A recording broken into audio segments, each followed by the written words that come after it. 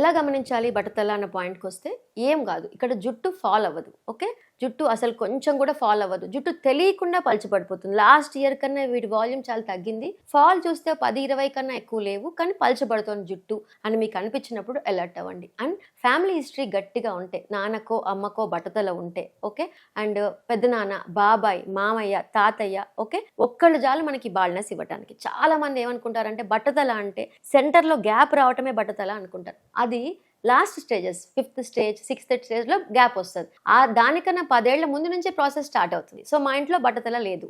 కొంతమందికి ఏమవుతుందనంటే ఈ front line వెనక్కి వెళ్ళదు, కానీ డిఫ్యూజ్గా ఈ పార్ట్ అంతా పలచబడుతుంటుంది. ఎప్పుడైనా బట్టతల గుర్తుంచుకోండి, వెనకాల రాదు, ఇక్కడ వరకే వస్తుంది. ఇక్కడ అటాక్ అవ్వటమే బాల్నెస్ యొక్క లక్షణం. అది కూడా డిహెచ్టీ యొక్క హైపర్ సెన్సిటివిటీ వల్ల. అంటే డైహైడ్రోటెస్టోస్టెరాన్ ఒక హార్మోన్ ఉంటుంది, ఈ హార్మోన్ యొక్క హైపర్ సెన్సిటివిటీ వల్లనే బాల్నెస్ వస్తుంది తప్ప ఇంకా ఏ కండిషన్ వల్ల రాదు. ఈ హైపర్ సెన్సిటివిటీ మీ బాడీలో ఎందుకు వచ్చింది అన్న పాయింట్కి వస్తే జెనెటిక్, 100% హెరిడిటరీ ప్రిపోండరెన్స్ వల్లనే వస్తుంది. అంటే జెనెటికల్గా మీ ఫ్యామిలీలో బాల్నెస్ ఉంటేనే బట్టతల వస్తుంది. ఈ పాయింట్ నేను ఎందుకు హైలైట్ చేస్తున్నానంటే, ఇవాళ ఒక అబ్బాయి వచ్చాడు, విటమిన్ డి డెఫిషియన్సీ ఉంటే బట్టతల వస్తుందంటగా డాక్టర్. డెఫిషియన్సీస్కి బట్టతలకి సంబంధం లేదు, కానీ బట్టతల ట్రీట్మెంట్కి డెఫిషియన్సీస్కి కనెక్షన్ ఉంది. బట్టతల వస్తూనే ఉంటుంది, అది వంశంలో ఉంటేనే వస్తుంది. ఓకే, అది కాకుండా కొంతమందికి హార్మోన్ ప్రాబ్లమ్స్ ఉంటే వస్తుంది.